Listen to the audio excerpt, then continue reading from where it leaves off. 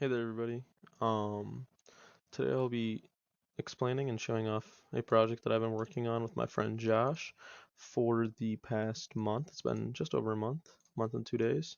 Um, and so yeah, so basically what this project is called QuantBot, and it's um, entirely new to us. All the things that we're learning can be found in the README, which is right here or on the actual page. So some of the things that we're learning are web scraping, time series analysis, sentiment analysis. These are machine learning um, sub kind of ideas. Um, we'll be learning cloud services, dynamic web application deployments, things like that. We're going to be using plenty of libraries in Python, many of which we have already done, and I'll kind of show what we have so far. But basically, I'll kind of talk about what I've done so far, and this will be kind of like the first video, and I'll probably post like an update or like a final video once we're done.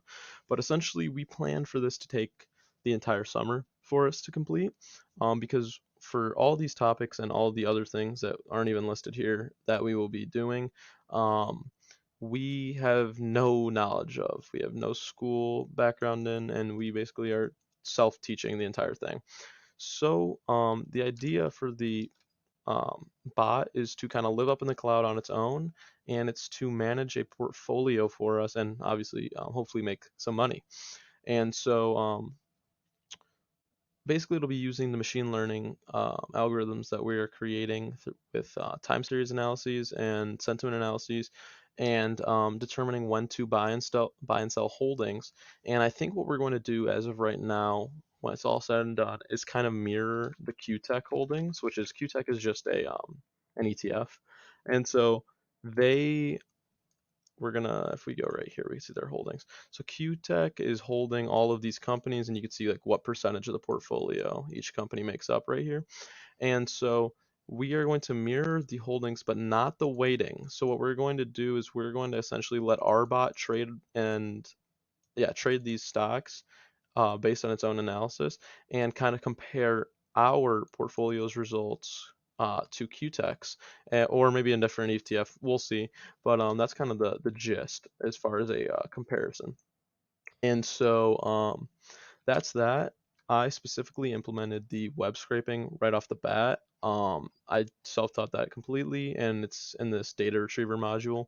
So essentially, I've all of these functions kind of come together in the functions that we're actually meant to use, which are get stock prices and get stock news. So I'm gonna actually exemplify this. I'm gonna say get stock prices, and I've made it where you just give it a ticker. So let's say we want to get AMD's prices, and we're going to give it a time frame. We want to get the last, let's say, 1 month of AMD prices. We can go ahead and run that. And over here in prices, we're going to notice AMD popped up. And maybe you don't believe me that it just popped up, so I'll just do that again. We will give it, who do we want to give it? We'll give it NVIDIA. And you'll notice over here after I run this, and we'll give it, let's say, the past year's worth of data. We go ahead and pop that, and as we can see, NVIDIA prices comes here with 2020 the 19th, and today is 2021 the 19th of June. So that works very well. We get our price data just like that. And we can also say dr, or our data retriever object, get stock, and then we can say news. And now this, all we have to do is pass it a stock, and it's going to get all the recent news for it. So for example, we can do NVIDIA, and we'll just go like that. And right now it's running. And basically what it's doing here is if we look at news, it is getting, and it has created an NVIDIA folder, and it just went and got all of these news articles and from MarketWatch and put them into these text files. And so it looks kind of hard to read right here because if you go from uh, MarketWatch and we look up NVIDIA, let's see what the first one. Oops, we don't care about this. We want to see NVIDIA could triple data, whatever. We have this title. Let's see if we grabbed that link. NVIDIA. Let's see the first one. Oh, could triple data center business. That is this article. So as you can see, we did grab the most recent articles, and it looks like this. But when we grab it and scrape it through the web, it kind of comes through in a little bit messed up of a format. But that's okay, because we actually have designed a way to kind of process that data through our sentiment analyzer. And Josh has worked, I'd say Josh has most heavily worked with this, though I am responsible for a lot of this as well. But essentially, what we've created here is something that analyzes the article's contents and creates basically a model of positive, negative, and neutral words to associate with articles.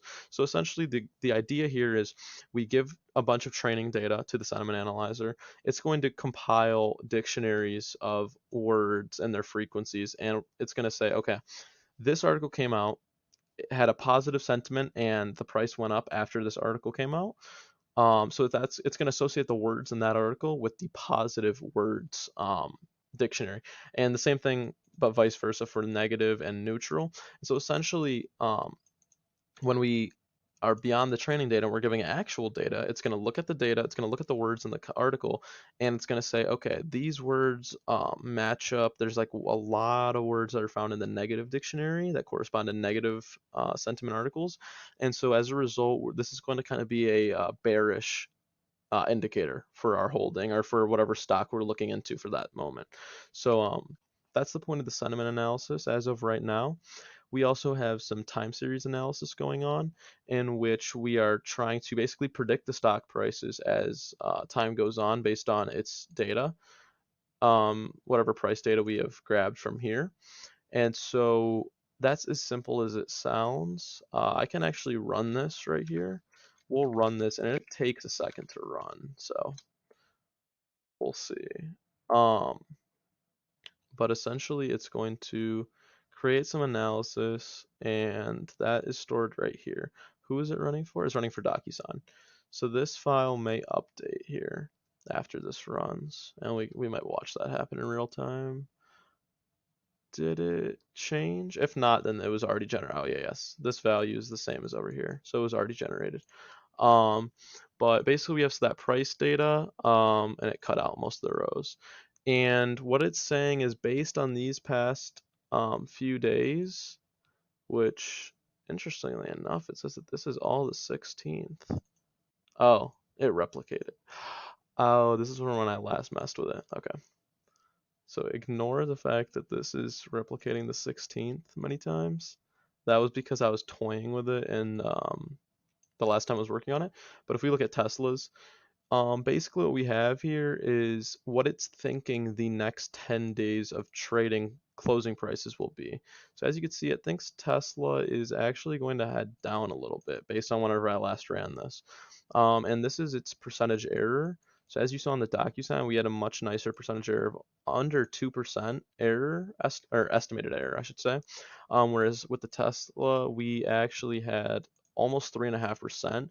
And this is based on many factors such as the time range, the variability of the data, et cetera, et cetera. So that's definitely going to be fine-tuned. The time series analysis is not done. However, that is essentially that. We have also made a web page model for the site, which I will actually show you here. I'll just type in index and it should come up. Your file could not be. Why is that? Index. No worries.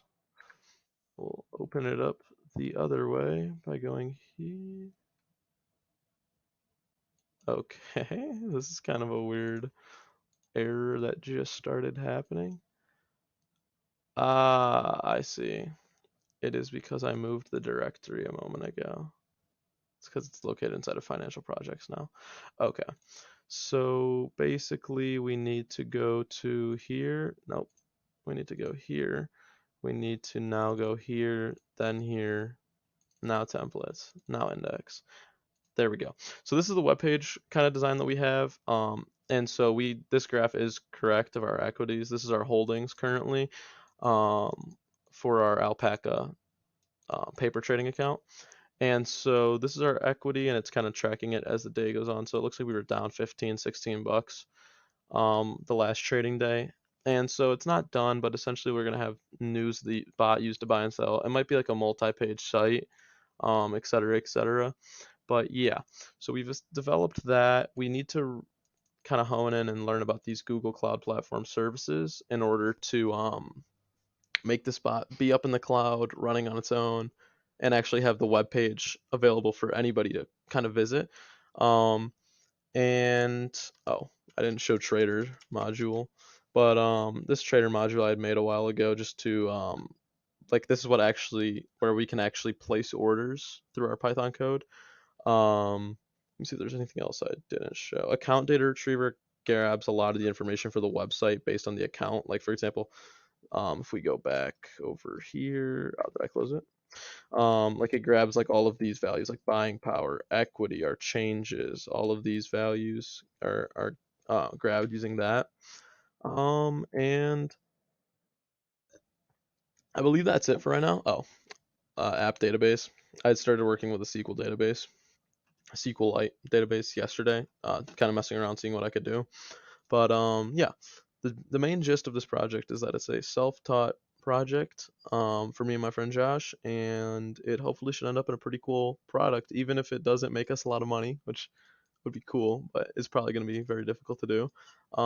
We're learning a lot, especially with machine learning, which I really wanted to learn. And yeah, thanks for watching, and there'll probably be like an update video with more progress, however long from now. So thanks for watching, and have a good day.